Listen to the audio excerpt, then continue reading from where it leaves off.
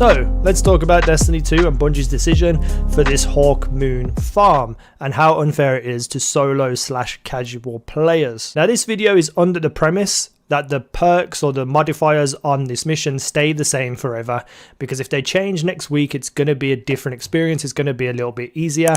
But as a solo player trying to do this mission without no minimap, and I think you get hit, melee damage against you is much more significant, and match game is on. So match game, there are enemies all throughout this whole thing with Void, Solar and Arc shields, and it becomes quite a challenge to be able to switch through weapons to be able to kill and take down the shields of all of them. So this is a very group friendly mission because obviously each single person can have a different burn type on to take down the shields, making it easier to actually kill these bosses. Now I went through this and I went to the Hunt the Emissaries part where you first meet the emissaries, and it took me 40 minutes to get through that whole that big pipeline with all the little floating platforms to kill them all, because I had to really sit back. I had to pick off each individual little enemy so that I could actually then try to take down the shield on the match game boss. And if you're playing solo, you were limited to using like a hand cannon so that you can stop an unstoppable champion from regaining his health, because there are a couple of them throughout this mission, and you can't just overwhelm them with a sword like you can do usually because of the power level difference, because they've got more health. But on top of that, in the rooms where these unstoppable champions are, there's like 5-6 other enemies, usually vandals, sniping at you, and it takes literally 2 shots to kill you. So if 2 vandals look at you and shoot you, you're dead. On a specific power level, I'm on about 1275, so if people are like 1280, 1290, they're going to have a little bit of an easier way going solo.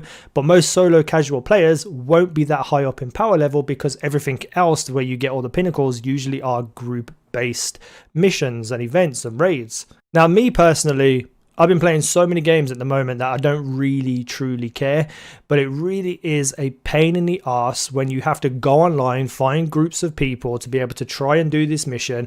A solo casual player shouldn't have to do that. So what I would like to see is these kind of missions and events, if you queue into them as a solo player, there's like 20% less enemies, and if you queue in as a group, there's 10% more enemies than there is right now. That gives the group a challenge to get through, but they're going to find it a little bit easier because there's more of them, and it gives the solo player a real actual chance of being able to get these Hawkmoons.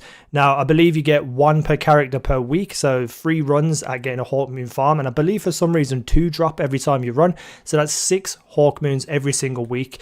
And the catalyst is also tied to the mission, I believe. I'm not entirely sure, but I believe that it is, which means that you have to go in and do this to get the actual catalyst. So even if you kept your original Hawkmoon and didn't get farms of them, the catalyst is what's important, because the catalyst makes this gun super OP, or at least it's suggested that it would be super OP in Crucible. So we could probably see a influx of really epic over the top Hawkmoons in Crucible, making it a very, very, very, very horrible experience, just like when Fellwinters came in, and if you don't have Fellwinters you lose to a Fellwinters. This is going to be the same case as if you don't have a Hawkmoon, you're going to lose to the Hawkmoon. And I can't understand why they would alienate most of the community. What I was saying before about having a group queue up and a single queue up, a solo queue up, the solo queue up could just get 1 Hawkmoon a week, 2 Hawkmoons a week, and then as a group you can get 2 every run. That gives them more incentive to run in a group, but yet solo players still have a chance.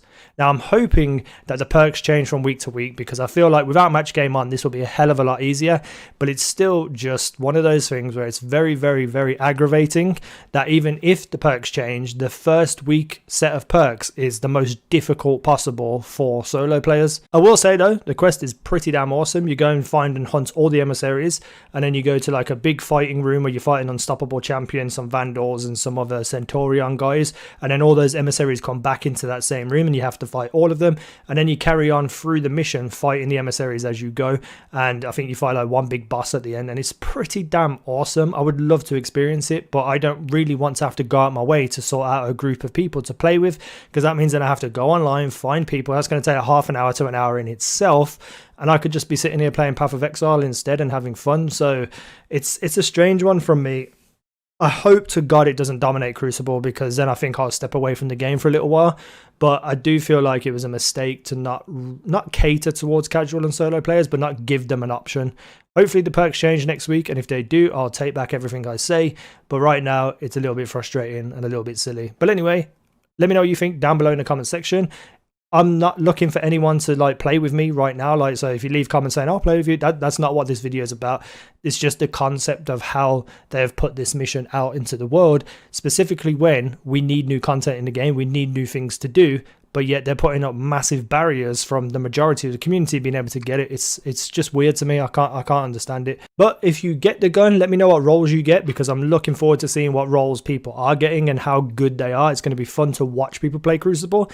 Maybe not play against people in Crucible with Hawkmoons, but I'm excited to see what this weapon can do with the catalyst and the roles and stuff like that. So let me know down below in the comment section what role you got. Let me know what you think about the idea of this being a solo unfriendly event. And I'm not saying people can't complete it solo, I'm just saying that it's extremely frustrating and unfriendly. Anyway, thank you for watching. I've been easynow. You guys have been awesome.